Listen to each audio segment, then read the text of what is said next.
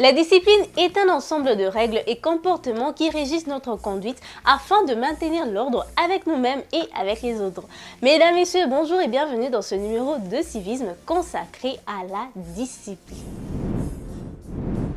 La discipline, c'est la capacité à respecter les normes et à se soumettre à des obligations. Tout cela en favorisant l'autocontrôle et la responsabilisation. Elle peut être imposée par des autorités extérieures comme la famille ou l'école, mais elle peut aussi être auto-imposée au travers de ce qu'on appelle l'autodiscipline. La question qui se pose maintenant est celle de savoir pourquoi est-il si important de se discipliner.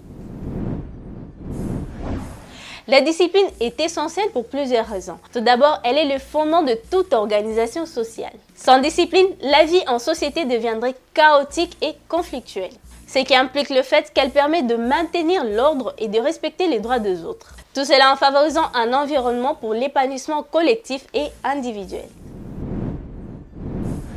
Sur le plan personnel, la discipline est un moteur de réussite. Elle permet d'atteindre ses objectifs en développant l'autodiscipline, la rigueur et la persévérance. Que ce soit pour réussir à l'école, dans sa vie professionnelle et dans sa vie personnelle, la discipline vous permet d'accomplir des tâches de manière ordonnée et efficace. Alors, comment faire pour être discipliné en famille, à l'école ou en société?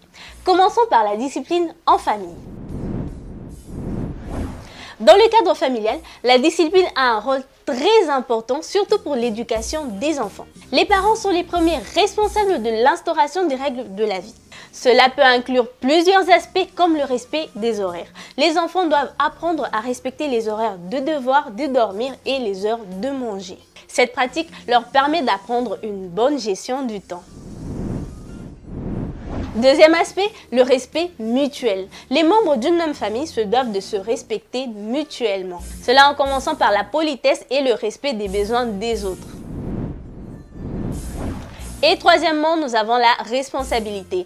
Les enfants doivent apprendre à respecter les horaires. Les enfants doivent être encouragés à accomplir leurs tâches ménagères et surtout à respecter les consignes données. Les parents, en instaurant une discipline claire et cohérente, permettent aux enfants de grandir dans un cadre structuré.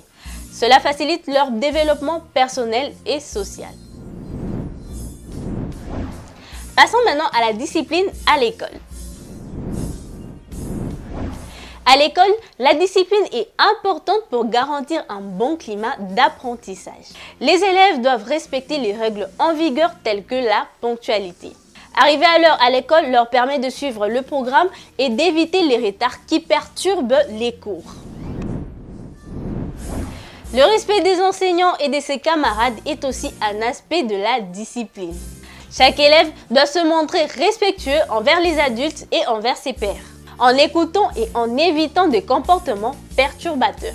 La discipline scolaire favorise aussi la responsabilité dans le travail. Cela implique de faire ses devoirs régulièrement, de participer activement aux cours et de maintenir un environnement propice à l'étude. L'école est un lieu d'apprentissage de la discipline collective, ce qui prépare les jeunes à la vie en société. Tout comme pour l'école, la discipline se pratique également dans la société. Elle est nécessaire pour une coexistence pacifique entre les individus.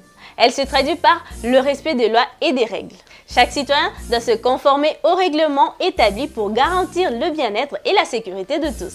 Le respect de l'environnement, avoir une discipline écologique et adopter un comportement responsable, comme le recyclage ou tout simplement jeter ses déchets dans la poubelle et non sur la rue ou par terre. La courtoisie. Être poli dans les lieux publics, respecter les files d'attente et éviter des comportements nuisibles comme beaucoup de bruit ou des comportements inciviques. La discipline est un art qui se cultive au quotidien au travers des petites actions répétées. Alors je vais vous donner quelques conseils pour la pratiquer. Tout d'abord, vous devez vous fixer des objectifs clairs. La discipline commence par la définition des objectifs réalistes et mesurables. Qu'il s'agisse de terminer un projet scolaire ou tout simplement de mener une vie équilibrée, avoir une vision claire permet de maintenir le cap. Deuxième étape, créer une routine. Car oui, les habitudes sont le pilier de la discipline. En établissant une routine quotidienne, il devient plus facile de respecter ses engagements. comme se lever à la même heure, faire du sport ou planifier son travail. Et troisième étape, se responsabiliser.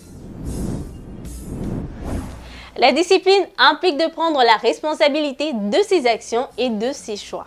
Cela signifie assumer ses erreurs, apprendre à les corriger sans chercher à les éviter ou à jeter le blâme aux autres. Et enfin, vous devez forcément apprendre à dire non.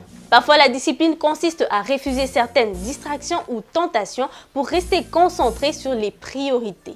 Et pour surmonter tout ça, il va falloir avoir un esprit positif. Au début, la discipline peut sembler être difficile, mais c'est avec la persévérance qu'elle devient une force positive. Et c'est ainsi qu'elle nous permet d'accomplir davantage de choses dans la vie. Ce que nous devons retenir est que la discipline est la clé du succès dans tous les domaines. Elle permet de construire une vie ordonnée et épanouissante. En la pratiquant quotidiennement au travers des petits gestes, on peut non seulement atteindre ses objectifs personnels, mais aussi contribuer efficacement à la vie en société. Et voilà, c'était tout pour ce numéro de civisme consacré à la discipline. Je vous souhaite une bonne suite de programme.